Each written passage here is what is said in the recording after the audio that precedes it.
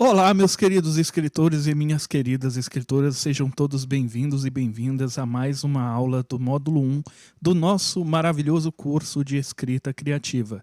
E vamos dar continuidade à aula. Na primeira aula nós falamos sobre a estilística, ou seja, o estilo literário. Na segunda aula nós falamos sobre as figuras de linguagem como recurso linguístico, recurso para a construção de diálogos. E na aula de número 3 nós vamos falar sobre escrita premonitória, beleza, pessoal? Afinal de contas, o que é escrita premonitória? Vamos saber daqui a pouquinho. Eu quero aproveitar e dizer que eu não estou aparecendo aqui na videoaula porque a minha imagem não vai contribuir em praticamente nada para a contribuição, a compreensão não vai contribuir para o conhecimento de vocês, beleza, galera? Então é melhor eu não aparecer, certo? E esta aula vai ser a última que vai ficar disponível no YouTube, certo? Porque daremos continuidade na plataforma da Udemy, certo? Na plataforma da Udemy teremos todas as aulas disponíveis para aqueles que compraram o curso de escrita criativa. Caso você tenha interesse em comprar o curso de escrita criativa, o meu curso de escrita criativa, vou deixar os links fixados nos comentários para você comprar o meu curso, beleza? Então dá uma passadinha lá, porque eu tenho certeza que você só vai ganhar com isso, beleza? Então, dadas as circunstâncias, vamos lá? Você está preparado? Você está preparada? Então bora lá, pessoal. Vamos lá que tem muito mais pela frente. Vamos lá, eu coloquei esse GIF aqui para animar você, para dar aquela animada, para você se sentir inspirado, inspirada. Bem, primeiramente nós precisamos compreender o que é escrita premonitória. A escrita premonitória é como se fosse escrita futurística. Ou seja, ela vai fazer uma previsão a respeito do futuro. Mas vamos ler o que está escrito aqui. Escrita premonitória é toda e qualquer previsão feita pelo escritor com a intenção não somente de prever o futuro, como também de advertir, ou seja, admoestar, dar um aviso à sociedade a respeito de tais mudanças, sejam essas mudanças boas ou ruins. Então você vê que aqui a função, a escrita futurística ou premonitória, ela não possui apenas uma função. Não é simplesmente para dizer, vai acontecer isso e de repente, puf, acontece. É para trazer uma conscientização, uma admoestação, uma exortação ao leitor para que mais na frente ele possa se prevenir no futuro, não é? E poderíamos citar outros exemplos, mas aqui eu vou acabar dando spoiler. Então vamos dar continuidade aqui, beleza? Saiba mais, nem toda premonição ou previsão a respeito do futuro possui 100% de legitimidade. Olha só, pessoal, nem toda premonição, nem toda previsão a respeito do futuro possui 100% de legitimidade, pois trata-se de uma obra de ficção. Certo? Ou seja, o que é que está dizendo aqui? Que não tem como você acertar 100% uma determinada previsão. Você pode simplesmente, sei lá, vamos supor que você seja escritor de ficção científica. Talvez você invente algum aparelho que, sei lá, daqui a 10, 20, 30 anos seja inventado, mas não vai ser do jeito que você descreveu na sua literatura de ficção, entendeu? Você está entendendo como é que é? Então, não existe essa coisa de 100% de possibilidade, de probabilidade de eu acertar na assertividade, ou seja, essa coisa de acertar 100% raramente acontece. E quando acontece é porque geralmente o escritor tem o domínio do conteúdo, ele tem um domínio tão grande que ele acaba fazendo as previsões e acaba acontecendo perfeitamente, quer dizer, do mesmo jeitinho como ele previu, né? Vamos continuar. O que é preciso para descrever o futuro? Aqui eu coloquei o futuro, pessoal, me perdoem, tá bom? O que é preciso para descrever o futuro em sua obra? Na verdade, não existe nenhuma fórmula mágica. No entanto, os grandes escritores que acertaram suas previsões eram grandes pesquisadores e buscavam atualizar-se em relação às notícias do cotidiano no qual estavam inseridos. Ou seja, para você acertar o futuro, você tem que ser um bom conhecedor de jornal, tem que assistir o jornal. Não importa o jornal de qual emissora seja, você tem que escutar programa de rádio. O programa de rádio fala muito sobre as atualidades do dia a dia, certo? O que mais? Você tem que acompanhar as revistas eletrônicas, os artigos acadêmicos. Você tem que procurar se especializar no assunto. E se você quiser abordar somente sobre um único assunto, sobre o qual você queira construir uma teoria, uma base sólida para coisas futuras, você precisa ter muito domínio de conteúdo. E para isso, é claro, precisa-se de muito estudo. Vamos continuar. Exemplos. George Orwell, autor do livro 1984. As revelações do escritor britânico George Orwell, no livro 1984, já foram amplamente difundidas pelo mundo e também já citadas aqui em nosso blog. Escrito em 1948, ano que corresponde ao inverso do nome de seu livro, o autor antecipou a existência de uma sociedade constantemente vigiada, seja através de câmeras espalhadas em todos os ambientes, seja através dos próprios olhares dos cidadãos. Tema que seria resgatado em 1975, sob o conceito do panóptico de Michael Foucault, né, na obra Vigiar e Punir. A expressão Big Brother, Grande Irmão, utilizada na obra de Orwell e que traduz essa visibilidade excessiva, foi incorporada décadas depois pelo reality show mais famoso do mundo, o Big Brother, não é, pessoal? Quer dizer, é um reality show onde as pessoas elas querem ser vigiadas, querem ter as suas, digamos assim, os seus defeitos expostos para todos verem, né, para milhões e milhões de telespectadores assistirem, e os seus podres e os seus defeitos, as suas falibilidades, enfim, essa obsessão de ser vigiado, não é? E isso tem acontecido nos dias de hoje. Hoje nós temos o satélite que tem acesso a qualquer lugar do mundo. O satélite tem acesso a qualquer lugar do mundo.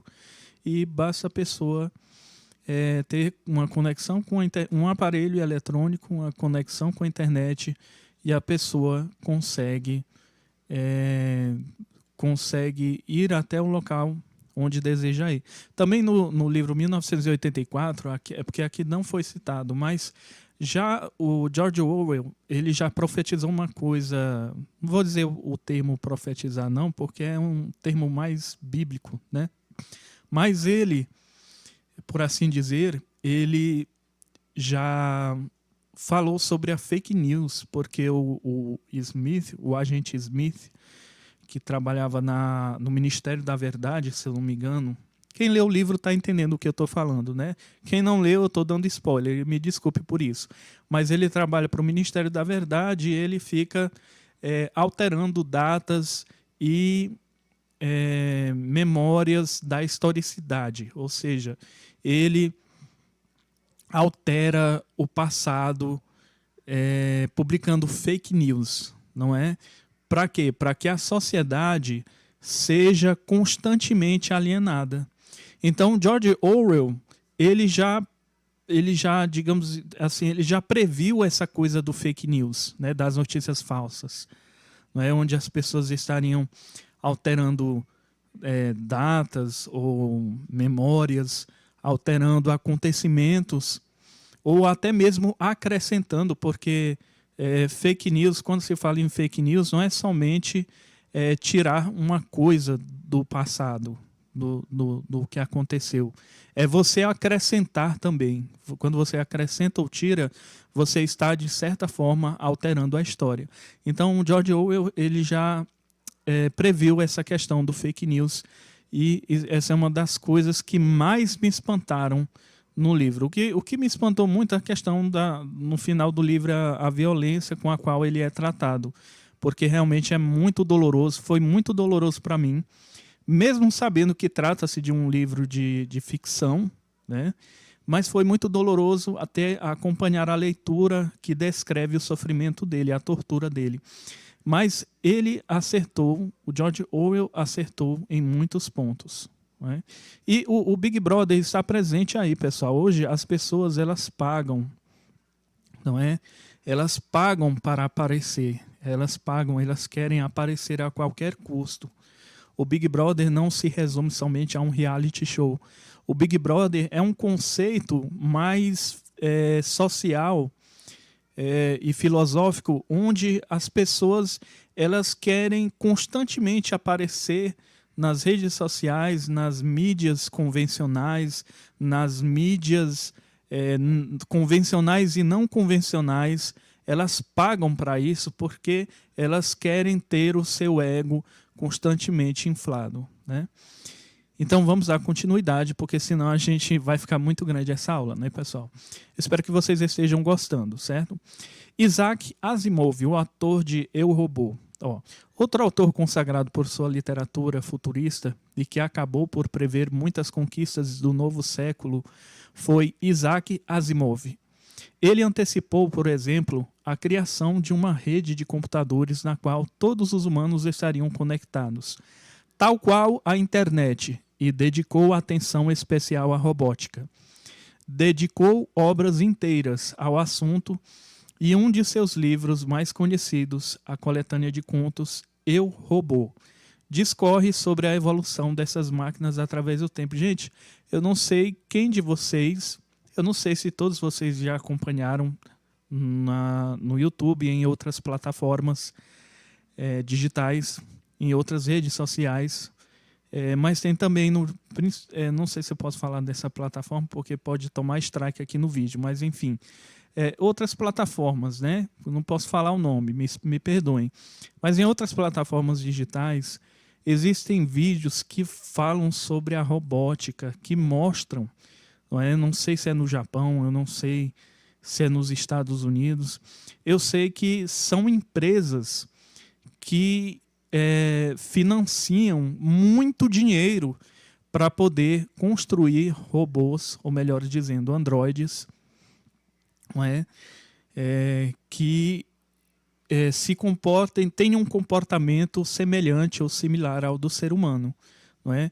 Existem até robôs aí com a aparência de mulheres que servem como se fossem escravas sexuais. Não sei se você está sabendo disso. Mas estão trabalhando ferrenhamente para poder criar essas criaturas. E isso é espantoso, gente. Isso é espantoso. Se você assistir um filme, se bem que existem vários filmes, existe o filme com Robbie Williams, né? O Homem Bicentenário, que fez um sucesso tremendo, é um filme muito bom. Mas existe um outro filme que eu acho muito interessante, que é o Ex Machina. Eu acho que é assim que se pronuncia, é o Ex Machina. Você pode baixá-lo aí nos sites que agregam torrents, né? O Ex Machina fala sobre o futuro, não é? E desculpa dar o spoiler aqui, tanto o criador dos androides como o estudante, não é? Eles são enganados pela robô e eles ficam em cárcere privado. Quer dizer, eles não conseguem sair da casa, enquanto a robô ela coloca uma pele sintética nela para se parecer com um humano e vai viver a vida social, vamos dizer assim, social, né? Socialmente robótica, vai viver a vida dela, né? Eu achei o final excelente. Achei o final excelente, não é? E sempre fica eu não sei se vocês pararam para perceber, pessoal, esses autores, eles sempre deixaram esses mesmos recados. Tanto os caras que escreveram o roteiro de Matrix, como do O Homem Bicentenário, Ex Machina, tanto como o Isaac Asimov, todos eles nos trouxeram, eles nos trouxeram no passado, não é? E os autores modernos estão nos trazendo sempre essa mesma mensagem de que os robôs podem dominar o mundo, não é? O que é uma possibilidade. Eu acho que a gente é um assunto complexo de se debater, embora essa não seja a pauta da nossa aula, mas é o mesmo assunto que muitos outros autores e escritores têm repetido, feito papagaios. Então vamos dar continuidade, né, pessoal? Deixa eu ver aqui. Júlio Verne. Júlio Verne, em 1869, relatou em seu livro 20.000 Léguas Submarinas uma máquina capaz de se locomover com um combustível eficiente e inesgotável. Sua profecia concretizou-se 8 décadas depois, ou seja, 80 anos depois, com a criação do primeiro submarino movido a propulsão nuclear. Em homenagem ao seu, digamos, co-criador, a máquina foi batizada com o nome de Nautilus, o mesmo usado por Verne em seu livro. Olha só, pessoal, é incrível, não é? Então, com certeza o Júlio Verne possuía algum conhecimento aí sobre submarinos, e mesmo que ele não fosse da área, talvez ele tivesse algum conhecimento raso, não é? Assim, para você acertar uma previsão, não é necessariamente obrigatório você ter um conhecimento profundo. Você simplesmente pode dizer que um aparelho vai ser lançado daqui, sei lá, a um ano, né? E esse aparelho pode ser lançado, né? E você acertou a previsão, mas você não foi específico, porque você só disse que foi lançado. E aí vem a pergunta: quantos aparelhos não são lançados? Quantos aparelhos novos não são lançados, fabricados durante todos os anos? Enquanto a humanidade vai se adaptando às novas mudanças e evoluindo no sentido tecnológico, novidades vão aparecendo constantemente. Isso aí é o que a neurociência chama de leitura fria. Leitura fria. Ou seja, você faz previsões que são óbvias demais para serem previstas. Daqui a uma semana vão morrer famosos de tal emissora. Gente, todo dia morrem famosos aí da internet, da televisão, do rádio. Todo dia morre gente. Qual é a probabilidade disso acontecer? 99%. Então, isso aí são coisas que como a gente chama, né? É chover no molhado. É chover no molhado e é necessário ter cuidado com isso, né? Para você não se tornar motivo de chacota. Arthur Clarke, em seu primeiro livro, 2001, Uma Odisseia no Espaço, discorre sobre um computador usado para exibir conteúdo de jornais atualizados automaticamente, o Newspad, que se parece com os atuais iPads até mesmo no nome. Olha só, pessoal. Olha só. Então, esse cara provavelmente devia ter muito domínio do conteúdo, não é? Geralmente, os autores de ficção científica, eu desconheço um escritor que seja do gênero ficção científica que não goste de astronomia, que não goste de ciências, de biologia. Geralmente eles gostam dessas coisas. E tudo isso tem a ver com as novidades e as mudanças do mundo. Tudo isso anda de mãos dadas, certo? Tudo isso anda de mãos dadas. Então, a probabilidade deles acertar, desses autores que escrevem ficção científica, acertarem alguma coisa é muito grande. É muito grande. Não significa dizer que vão acertar sempre, mas enquanto eles continuarem escrevendo, enquanto eles descreverem novos aparelhos, novas coisas, sempre haverá uma possibilidade disso acontecer. Douglas Adams. Anos depois, foi a vez de Douglas Adams, em O Guia do Mochileiro das Galáxias, também prever a criação, novidade tecnológica e até mesmo o surgimento da Wikipédia, uma enciclopédia de conhecimentos construídos de forma coletiva e compartilhada. Arthur Clarke, no livro A Cidade e as Estrelas, ainda imaginou um jogo de realidade virtual 2 anos antes do lançamento do primeiro jogo para videogame, 1958. Olha só, gente. Olha só. Então é isso que acontece. É isso que acontece. E muita gente aqui deve ser fã desse livro aqui, O Guia do Mochileiro das Galáxias. Eu nunca li, mas eu vou ver se arranjo um tempo para ler. Né? O Douglas Adams.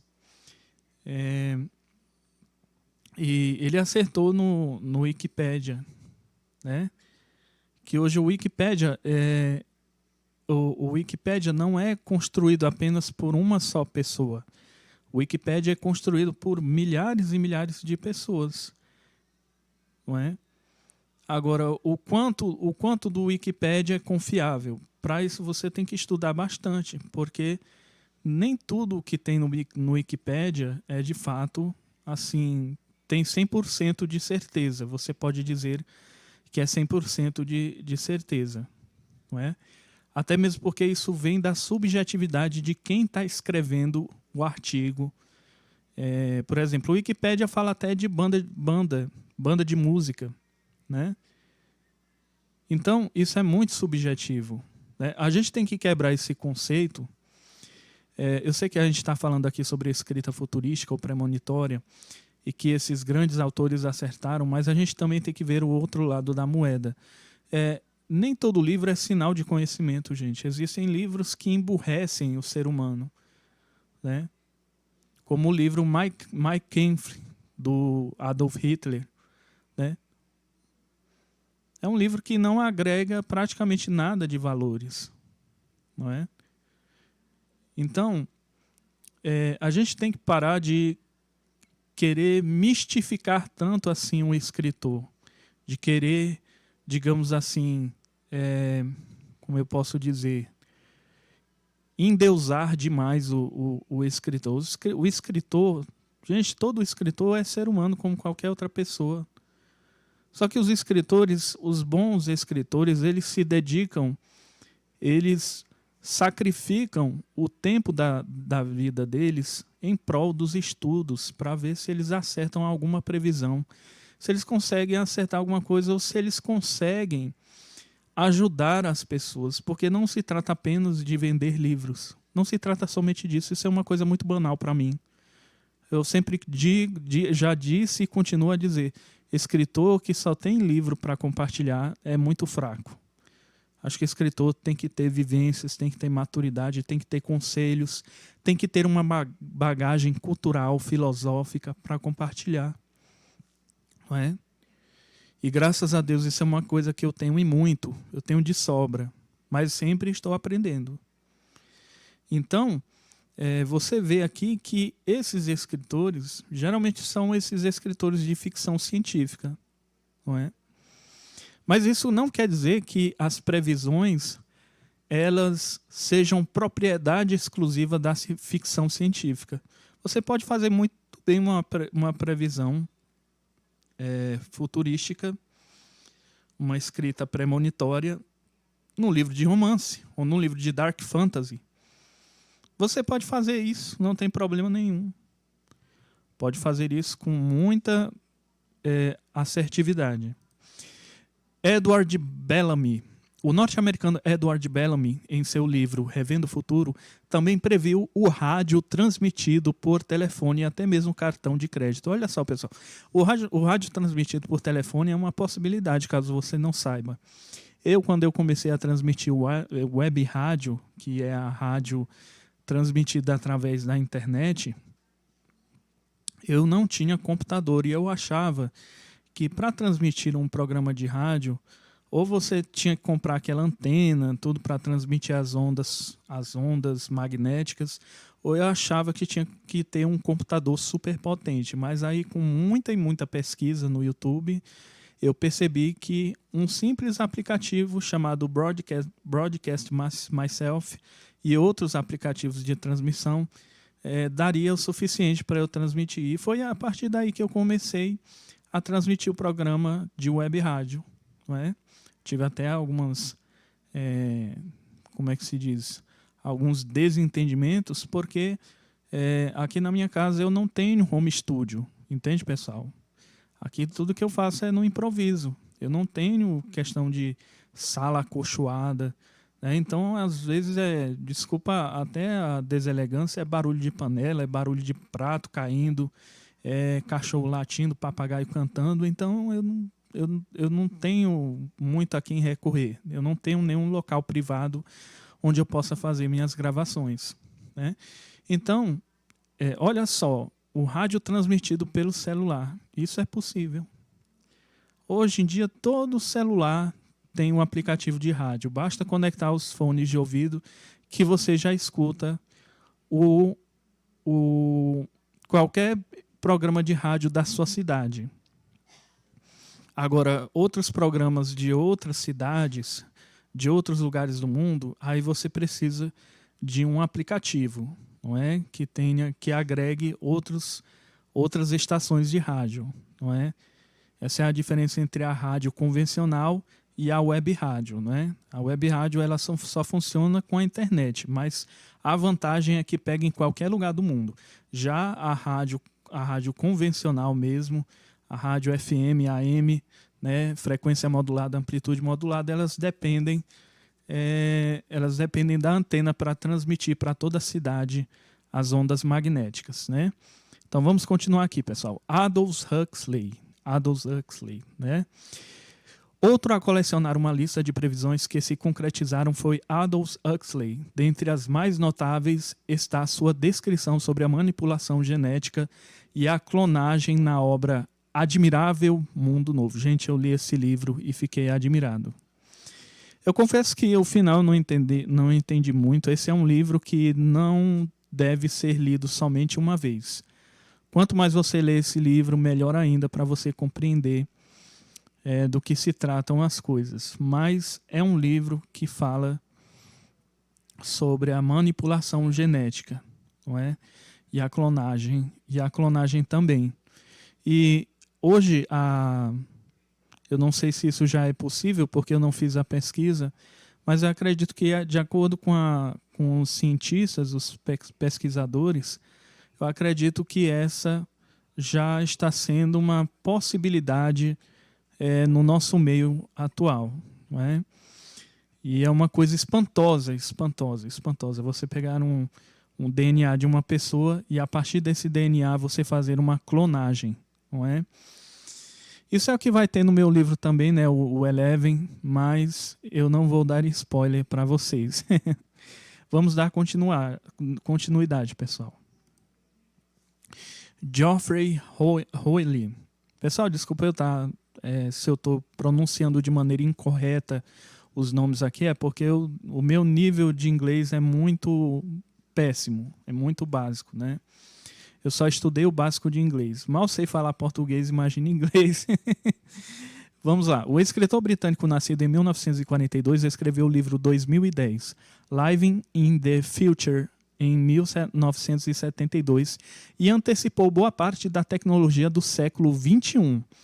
Webcams, compras pela internet, ensino à distância, biblioteca do futuro. Os livros, filmes e jornais são todos armazenados no computador da biblioteca. Gente, muitas universidades já estão utilizando isso. Inclusive, eu vi um cara que, para mim, ele está mais para um paspalhão do que um cara mesmo de caráter, que ele era candidato à presidência lá da universidade.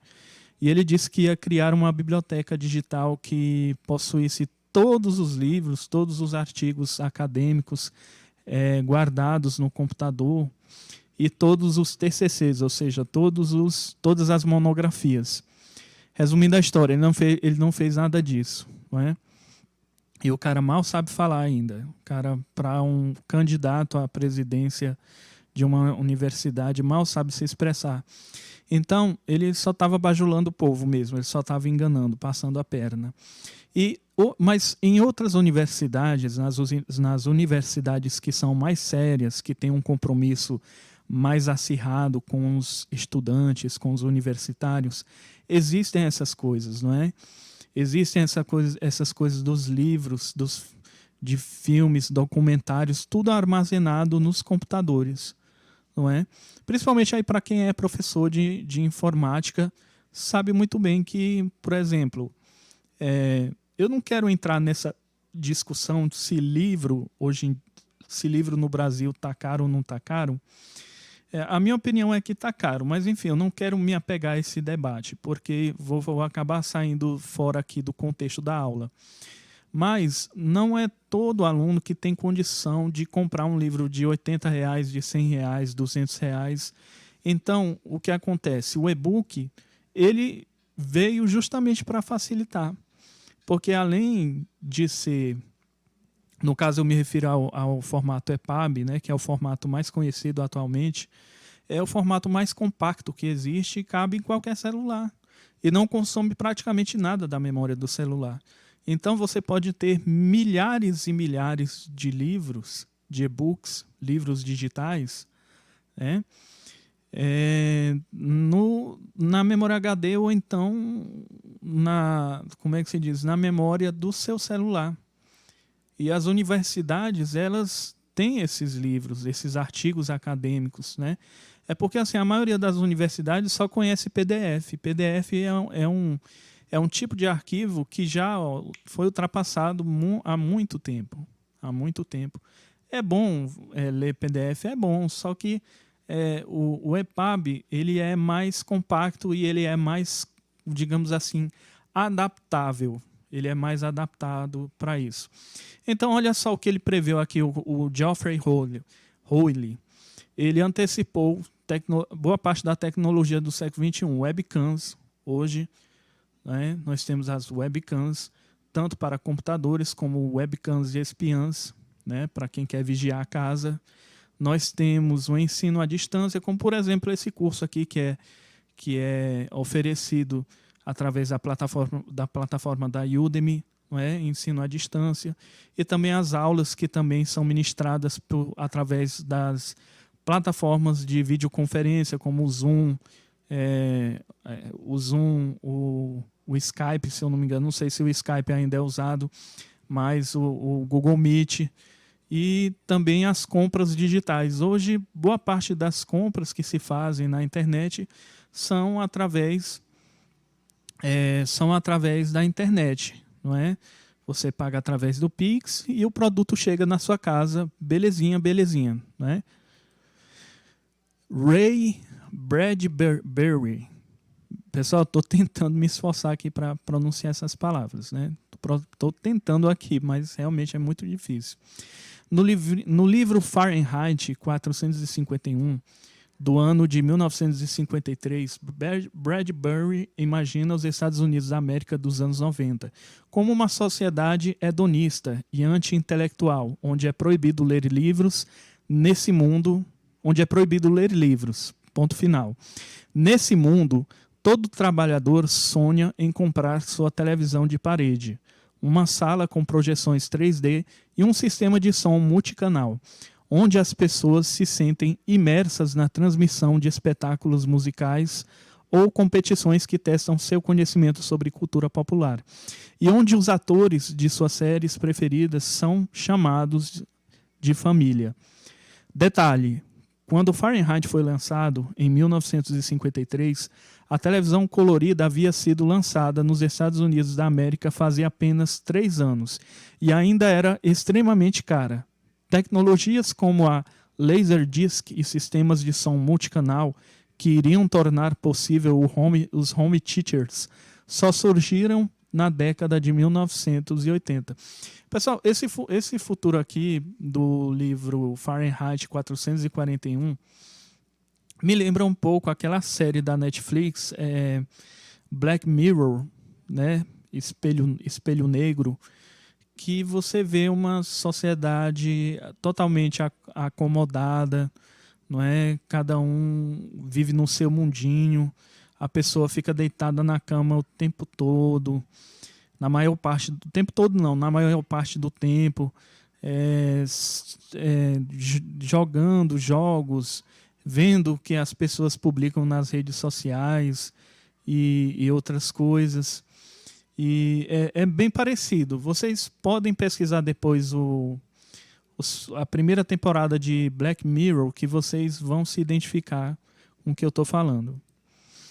Johann Wolfgang von Goethe.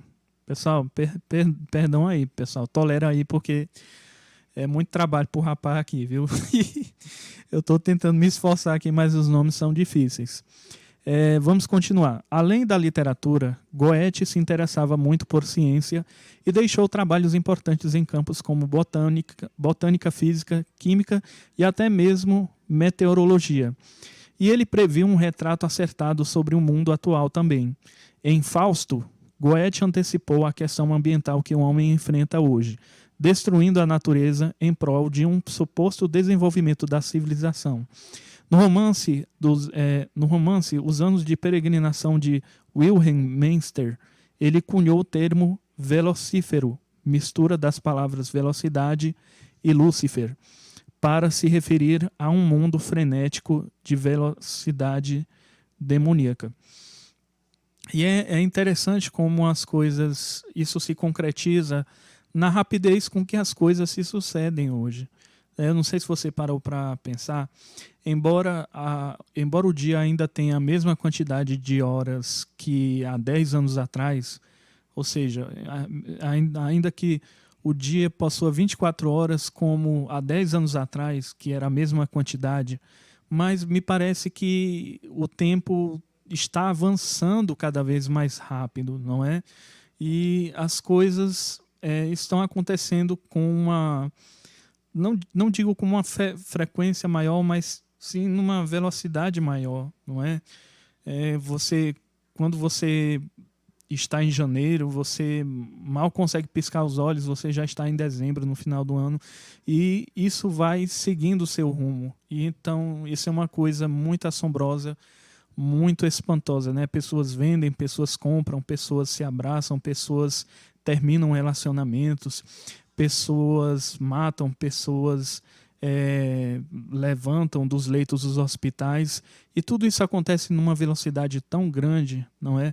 Eu acho que é um pouco sobre isso que aborda o filme O Misterioso Caso de Benjamin Button, não é? Que é a questão do homem correr contra o tempo, não é? Essa questão da luta contra o tempo ser uma luta perdida, porque no final das contas o tempo ele sempre sai vencedor. E temos exemplo aqui também, não só na literatura, como também nos desenhos, como, por exemplo, Os Simpsons. Olha só, pessoal. Vamos ver algumas coisas aqui interessantes sobre Os Simpsons. Previsão do conflito Rússia versus Ucrânia. No início de 2022, iniciou um grande acontecimento geopolítico que consiste na invasão da Ucrânia pela Rússia. Além dos holofotes à gravidade do ocorrido, as pessoas se lembraram imediatamente do episódio de 1998 dos Simpsons que previu essa crise. O episódio em questão apresentava a Rússia pronta para retornar à União Soviética a qualquer sinal de tensão, o que acarretou, inclusive, a ressurreição de Lenin. O produtor da animação afirmou em seu Twitter que, embora muito triste, não foi difícil de prever algo nesse sentido. Aí nós temos aqui a imagem, né? A imagem do episódio.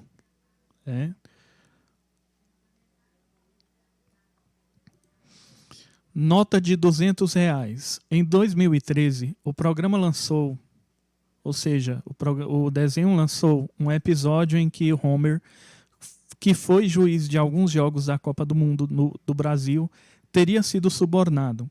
Assim, na intenção de fazer o personagem tomar decisões a favor do seu time, alguns criminosos ofereceram a Homer uma maleta cheia de notas de R$200. Aí você quer ver só? Ó, o Homer aqui, o cara com a maleta aberta, e ó aqui as notas de R$200. É incrível, né, pessoal?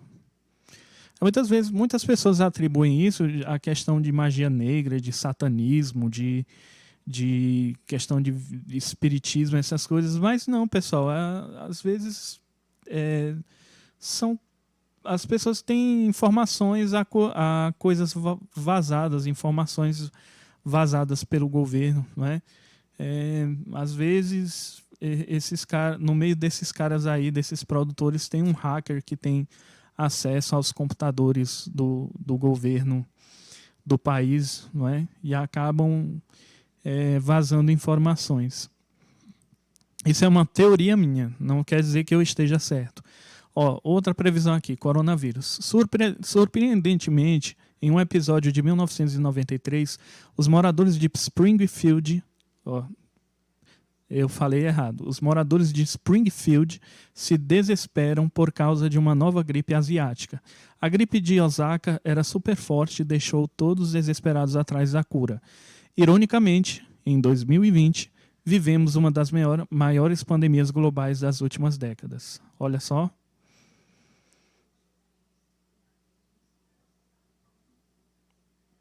Incrível, né, pessoal?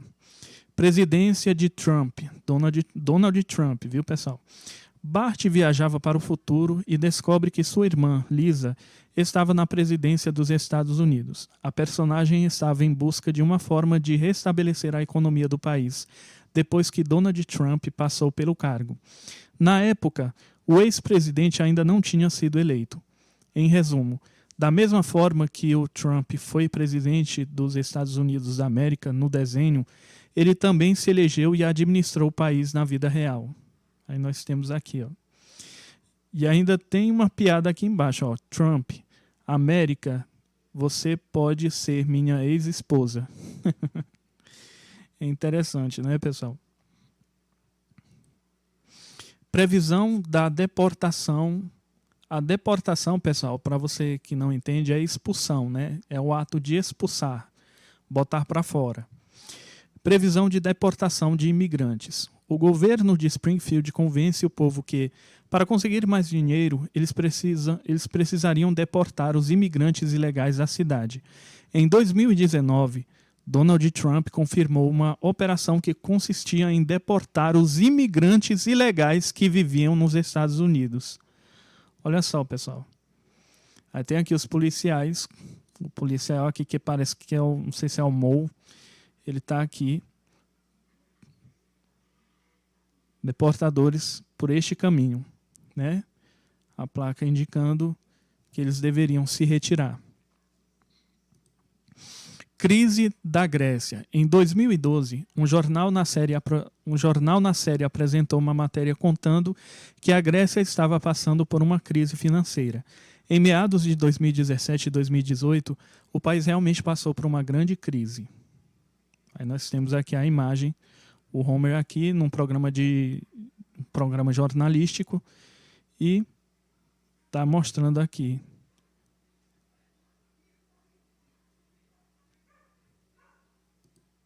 Realidade virtual. Em um episódio de 1995, no casamento de Lisa, Bart é visto jogando dardos e sinuca em uma realidade virtual. Essa tecnologia já existe nos dias atuais e possui diversos modelos de jogos. Entretanto, não é acessível a todos, como no programa em que Bart está jogando em um bar. Aí nós temos aqui, ó, Bart jogando aqui com um amigo dele. Pela maneira como o Bart está aqui, provavelmente ele está jogando beisebol com um amigo dele. Ele está com as duas mãos posicionadas como se estivesse segurando um taco de beisebol. Não é? E esse aparelho já existe hoje. Eu não sei qual é o nome desse aparelho, mas esse é um aparelho que, inclusive, é muito caro, viu, gente? Não é qualquer um que pode ter um aparelho desse, não. Esse aparelho existe hoje em dia. Previsão da Disney como dona da Fox. A série fez uma brincadeira em 1998, ao colocar na abertura do episódio que a dona da Fox era a Walt Disney. Porém, em 2017, esse fato se mostrou real. Isso porque, por 52,4 bilhões de dólares, a Disney comprou a Fox, realmente se tornando o dono dela.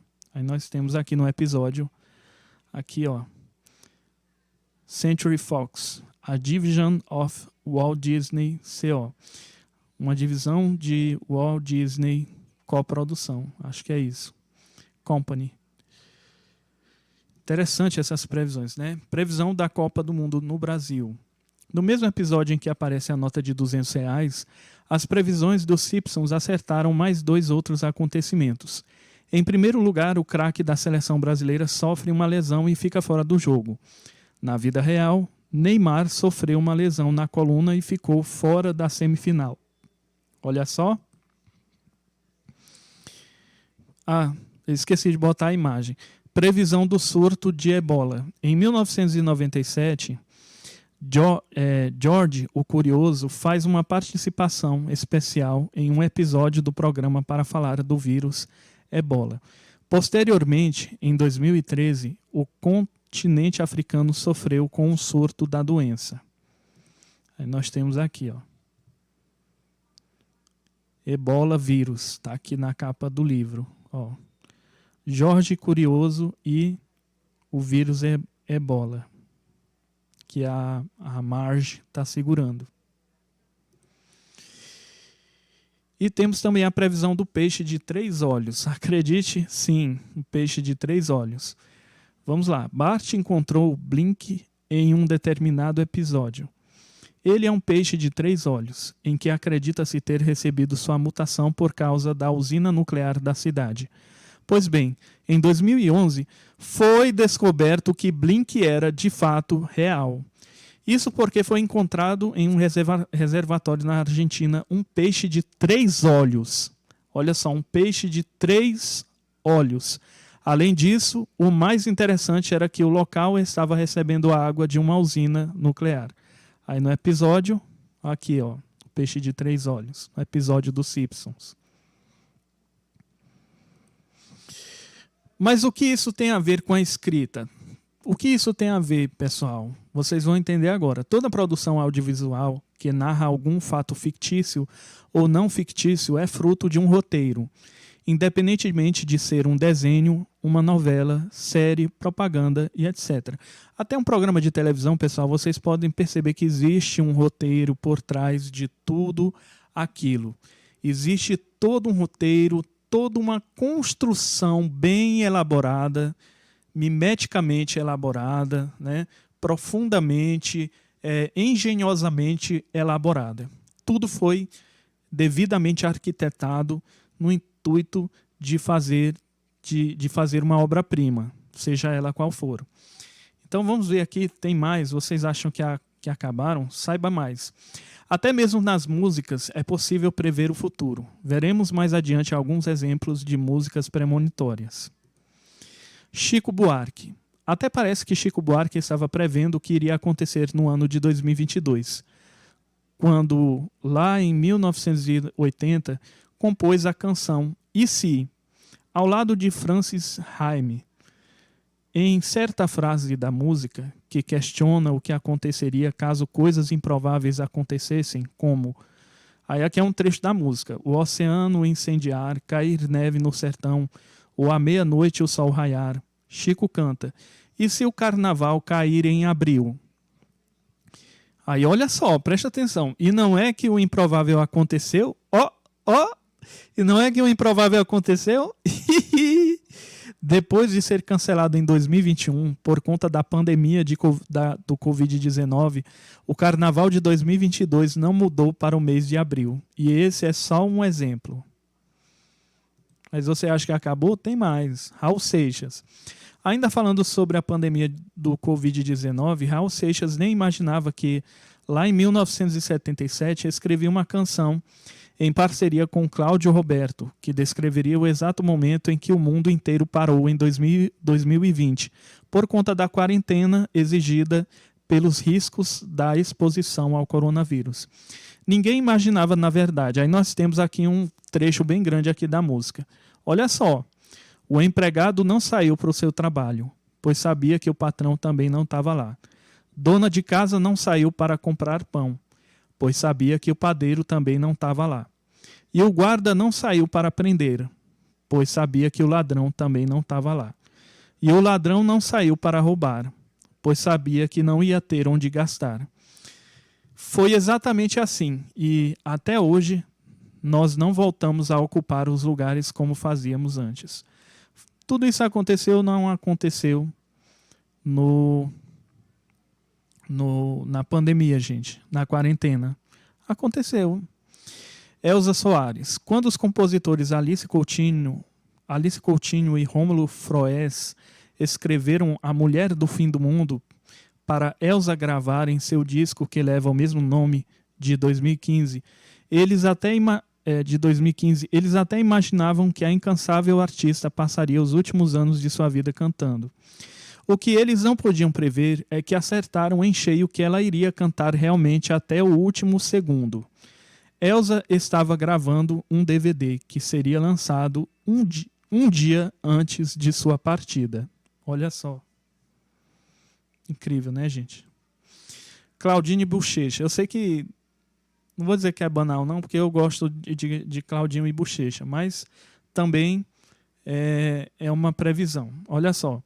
A canção eternizada pela dupla Claudine e Bochecha em 2002 e depois regravada por Adriana Calcanhoto em seu disco voltado para o público infantil Adriana Partimpim, de 2004, foi composta pelo cantor Abdullah como uma declaração de amor para sua esposa. 2 anos antes de ser lançada por Claudinho e Bochecha, Abdullah fazia várias comparações do que seria sua vida sem sua amada, dizendo que seria como... Aí nós temos aqui o trecho da música, né?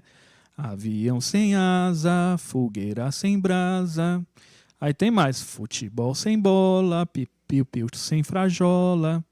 Amor sem beijinho, Bochecha sem Claudinho. Só que o autor da canção não podia imaginar que, no mesmo ano em que a dupla lançou a música, Bochecha ficou realmente sem Claudinho, vítima de um trágico acidente de carro que tirou sua vida e acabou com a dupla para sempre. Premonição muito trágica essa aqui. Parada obrigatória. Vamos pensar um pouquinho, pessoal. Preciso realmente morrer de tanto estudar para acertar uma única previsão? Não, você não precisa morrer de estudar. Você só precisa acompanhar com uma certa frequência, digamos assim, as novidades do dia a dia, estudar um pouco de cada disciplina e você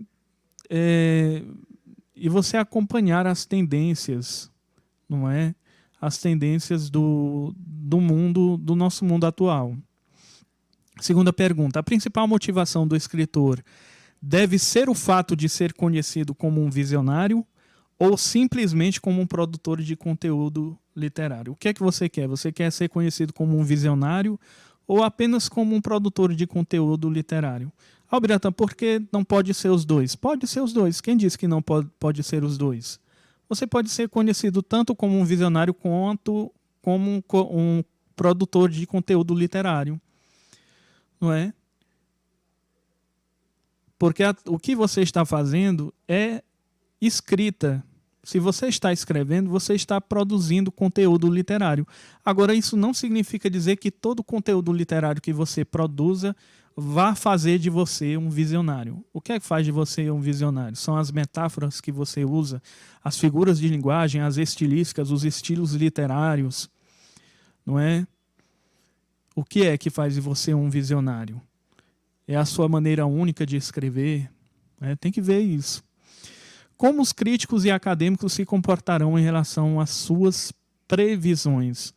Da mesma forma que a maioria dos críticos e acadêmicos e estudiosos se comportam, analisando as tendências do mundo moderno e lendo artigos científicos, monografias, lendo revistas eletrônicas, entrando em sites, participando de grupos de estudo no WhatsApp e tudo isso. Você quer informar ao seu leitor, você quer informar o seu leitor e conscientizá-lo ou apenas deseja surpreendê-lo? Eu sei que essa pergunta é meio clichê porque na primeira aula eu já fiz essa mesma pergunta. Mas o que é que você quer? Você só quer surpreender para que o leitor diga: oh, e não é que isso está acontecendo nos dias de hoje? Oh. Cuidado com isso, viu? Porque essa coisa de surpreender o leitor nem sempre vai dar uma coisa boa, né? Surpresa nem sempre é sinal de satisfação. Tem gente que fica surpresa, tem um presente para mim. Beleza, bora ver o que é. Aí a pessoa percebe, não, sei lá, era um sapato aqui. Eu não queria um sapato, eu queria um videogame, né? Surpresa não é sinal de satisfação. Entenda isso. Em qual ou em quais áreas do conhecimento você se destaca mais? É biologia, geografia, história, filosofia, teologia? É o quê? É mecânica, eletrônica? É o que? É história? O que é? É física, química? Você tem que ter alguma coisa na qual você seja... não vamos dizer assim, não vamos exagerar também, dizer assim, um mestre das atenções, mas tem que ter alguma coisa que você domine com muita franqueza e tenha muita propriedade para falar. Não é? E para nós encerrarmos esta aula, nós temos a frase aqui da Cherry Chung, né? Que é co-diretora de Educação Executiva da Universidade Nacional de Singapura. Ela diz o seguinte: é preciso ser crítico para refletir sobre as diferenças e como essas diferenças podem delinear o futuro. Você não pode brincar com coisas sérias. O futuro, muita gente brinca com o futuro. No futuro vai acontecer isso, aquilo, mas...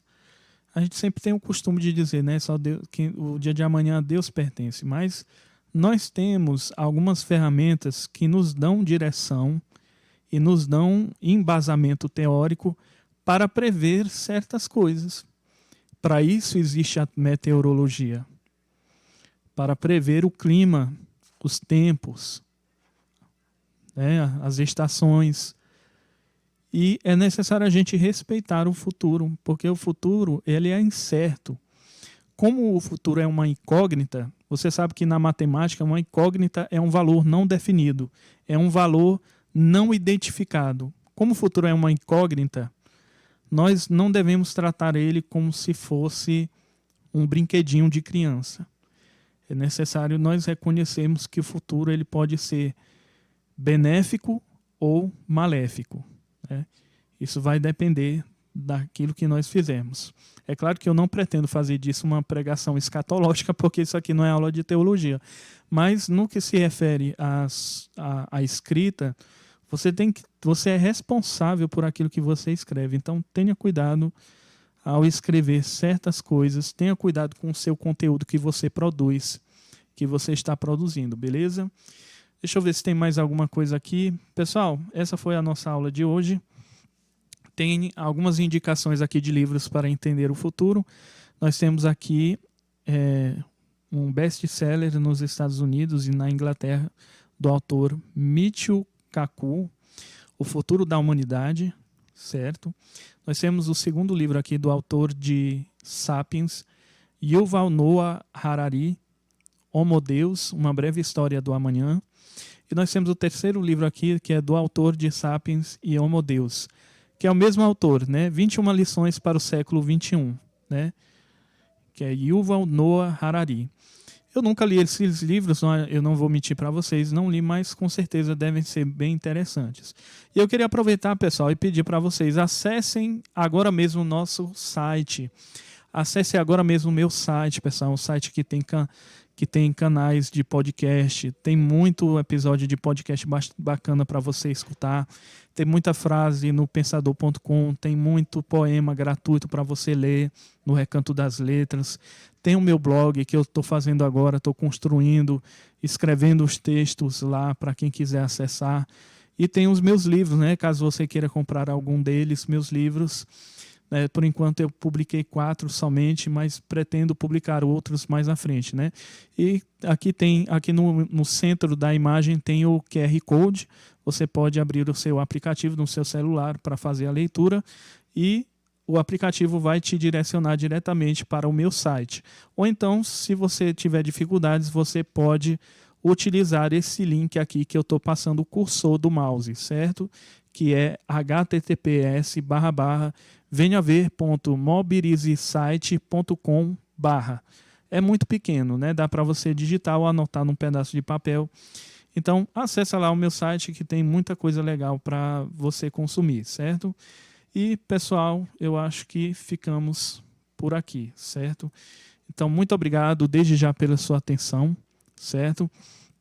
Para você que está nos vendo aqui no YouTube, esta é a última aula que eu deixo disponível aqui no canal do YouTube, o Você Escritor, e sinta-se à vontade para comprar o meu curso. O meu curso vai ficar por apenas R$ 24,90. É um curso que eu garanto a você que vale a pena comprar e peço que você me dê essa força, beleza, pessoal? Não vou ficar falando muita palavra não, porque eu não gosto de ficar apelando muito não. Minha mensagem é objetiva e direta, beleza? Então dá uma passadinha lá na Udemy e acessa o meu curso, compra o meu curso de escrita criativa, beleza? Vou deixar os links fixados aqui nos comentários para você acessar o curso e poder comprá-lo, beleza, pessoal? Então, muito obrigado, pessoal. Até a próxima aula e fiquem todos com Deus.